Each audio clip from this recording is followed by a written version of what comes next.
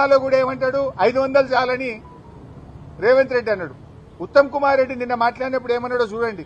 నిన్న పీపీటీలో ఉత్తమ్ కుమార్ రెడ్డి ఏమంటాడు, 573 టీఎంసీల కోసం ట్రిబ్యునల్ ముందు మా న్యాయవాదులు వీరోచిత పోరాటం చేస్తుండ్రు అన్నాడు. నేను రేవంత్ రెడ్డి అజ్ఞాని అనుకున్నా గానీ ఉత్తమ్ కుమార్ రెడ్డి కూడా ఇంత పైలట్ చదువుకున్నోడివి, కనీసం 20 నెలలైంది నువ్వు నీళ్ల మంత్రి అయి, గది కూడా అవగాహన తెచ్చుకోకపోతే నేను బాధపడతా ఉన్నా, చింతిస్తా ఉన్నా. ఎందుకు ఈ మాట అంటున్నా అంటే, ట్రిబ్యునల్ ముందు మన అడ్వకేట్లు 763 టీఎంసీలకు వాదనలు వినిపిస్తున్నారు. తెలంగాణ హక్కు 763 టీఎంసీలని ట్రిబ్యునల్ ముందు కృష్ణానది హక్కుల కోసం మన న్యాయవాదులు, మన ఇరిగేషన్ శాఖ పోరాటం చేస్తే 500 చాలని ముఖ్యమంత్రి అంటాడు, 573 చాలని నీళ్ల మంత్రి అంటాడు. మీరు అసలు ఏం మాట్లాడుతున్నారు?